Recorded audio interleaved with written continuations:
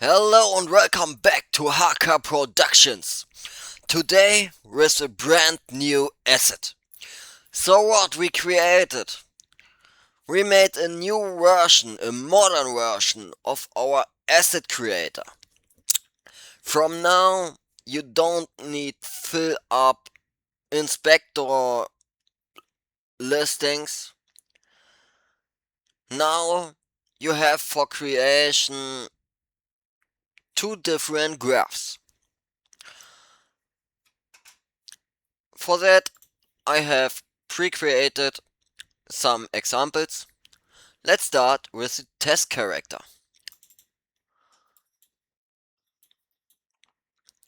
So, let's start with the stat node. What's the difference here? In the old version you have in the stat table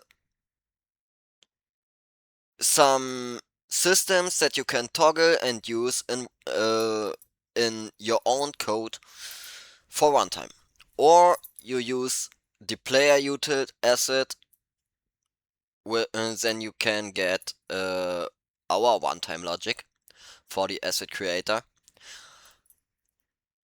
But here you have the stat node can use your own names for the variables, and you need to give them a role. Yeah, you can create whatever you want, but the speed, there you have three options: move speed, walk speed, and run speed. If you use walk speed and run speed, then the runtime logic, the integrated runtime logic, will use them. If you use move speed, the integrated runtime logic will make the difference by self. Then let's go to the attack node. Here is all the same like in our asset creator, with the attack, with the conditioned and debuffs and buffs and chain buffs and so on.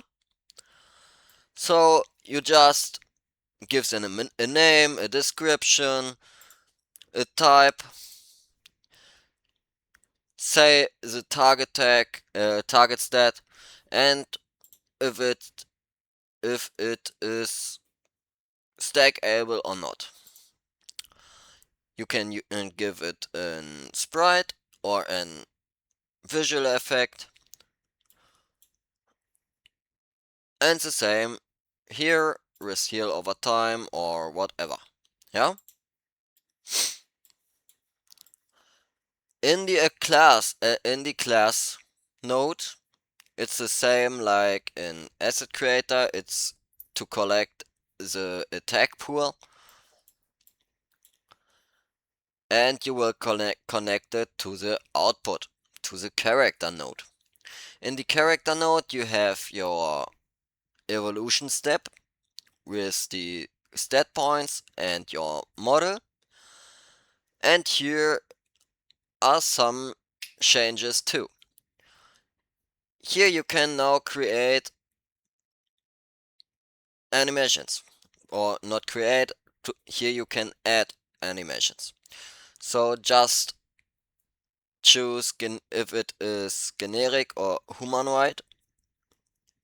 For this capsule I let it on generic because here we don't have animations, but you can use animations from your model, give a role, and the runtime logic will blend between them automatically. But that I will show you in the inspector later. Yeah,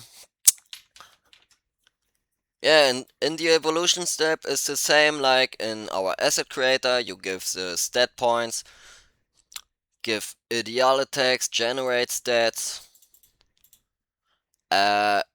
generate the rarity attacks, and can create some more evolution steps. However, how much you want.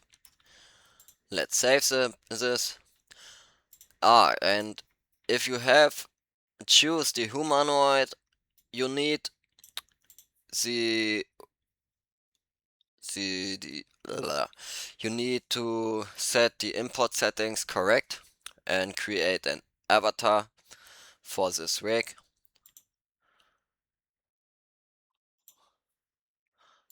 But here we don't need it.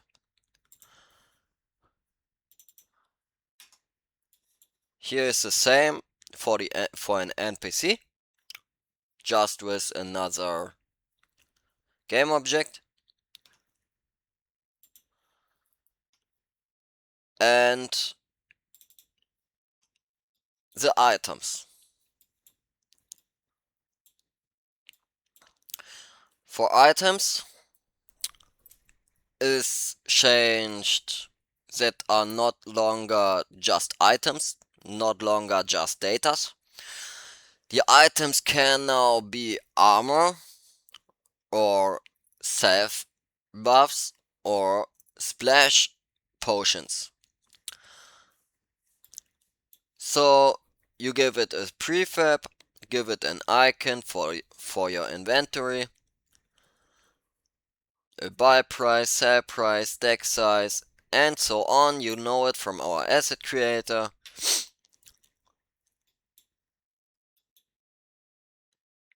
If you set here a cooldown, then you can use this item after cooldown again. And here we create a self. So it's affected by health and will give us an heal over time effect.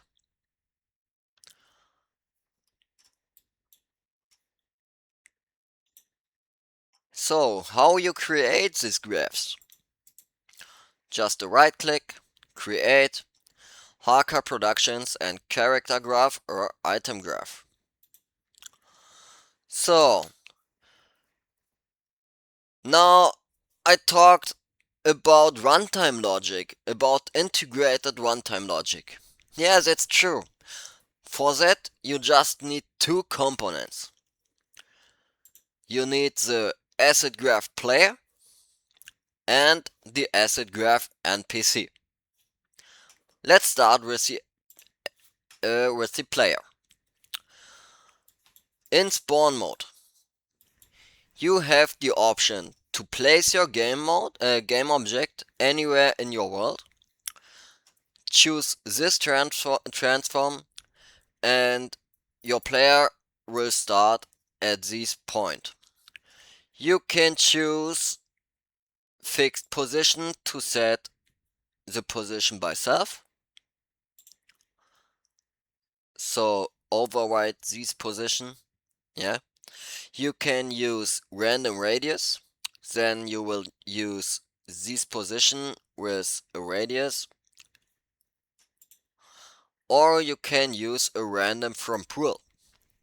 Then you can fill this list with some game objects, so your spawn points or whatever, and it will choose random one of them.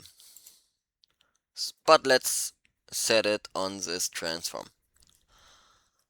In the combat, you can say how many is your crit chance and your crit multiplier. In the team and auto combat, yeah, it has an auto combat mode.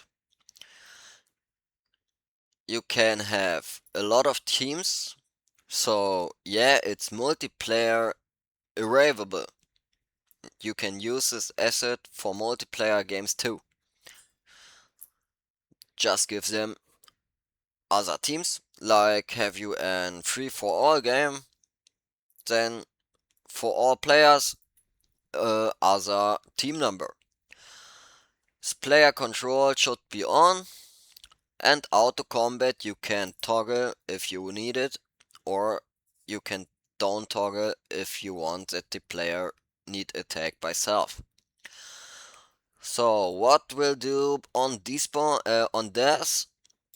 You have steep and despawn, stay and respawn. All understandable. There's delay. Yeah. How long will your character um, still on the place and death before the despawn or respawn will activate it? The targeting and attacks, you have two options or three options. You can use a button to switch the target. You can say auto switching by the lowest HP, or you can say boost, then the system will switch the target to the lowest HP enemy in the range, but if the player use the button, then he can change it by self. Target range, attack, let's say now attack 1.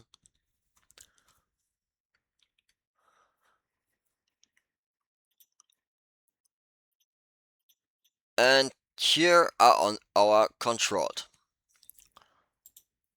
You have the options for SNM and can control your input directly. These options, your input will set up on play automatically. Then you have your targeting indicator. For now, it's an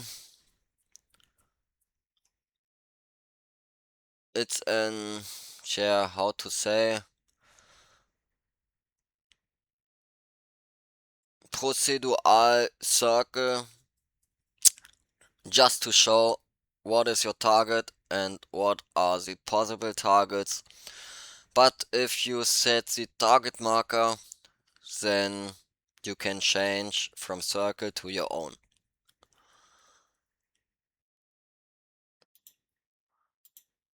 Your inventory,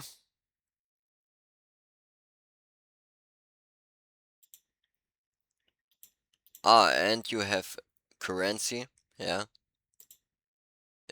integrated. And if we press play, here will come a new fold out as debug option, but this I will show you.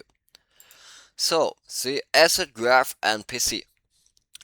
Here, Team Combat 2, Movement Nav Mesh. You need to create a nav mesh. Here on the platforms, for the examples that are just some planes with an, hey, where are our nav mesh? There's our nav mesh surface, and you can create it, can change it. You should know what is nav mesh. If not, ask YouTube. There are a lot of videos for explain the nav mesh.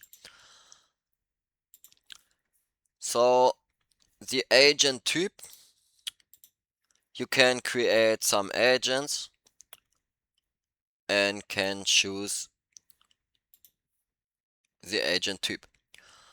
The patrol radius, the detection range, and so on.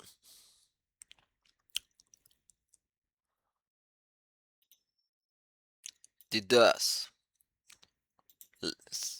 same like the player. And the item drops.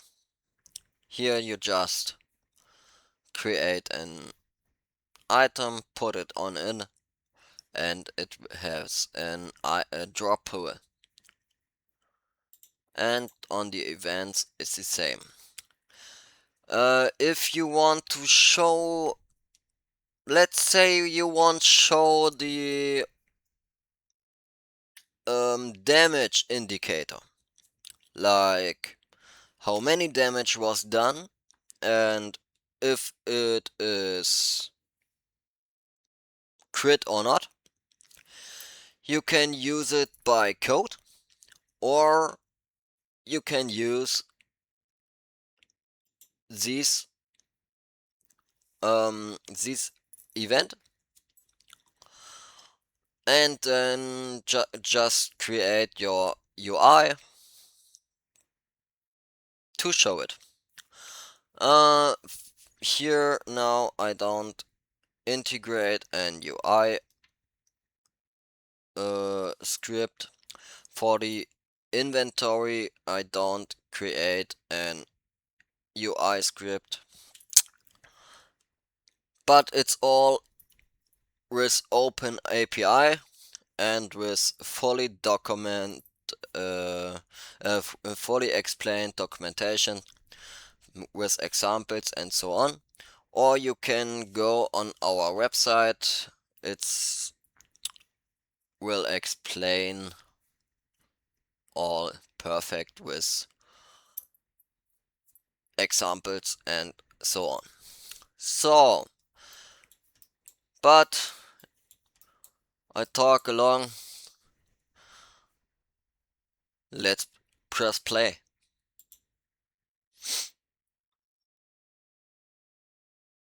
Here now our character. And here are our debugs.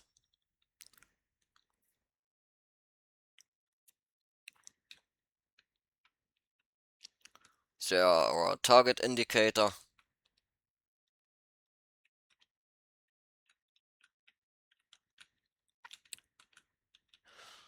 He will chase us.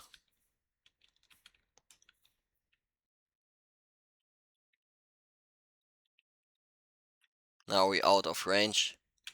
He will chase us again.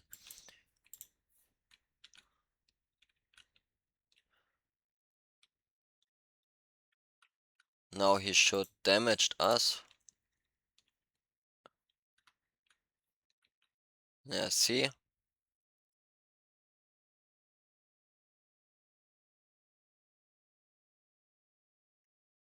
But our healing is more than he make damage.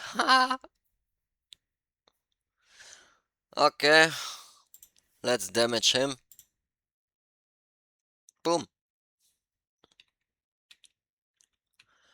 You see, your drop has a little animation.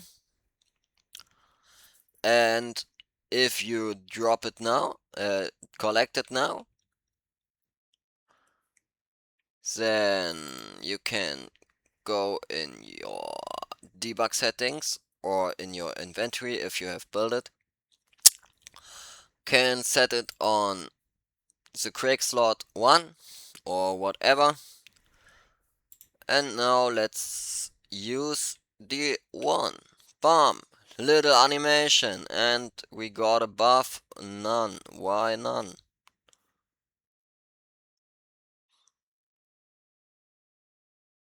Oh, I know why none. Because our health is full. Yeah, okay, good morning. Then I shall say thanks for watching. If you like this video, if you like this asset, leave a comment, leave a like, leave a review on Unity Asset Store. Thanks for your time. Ciao.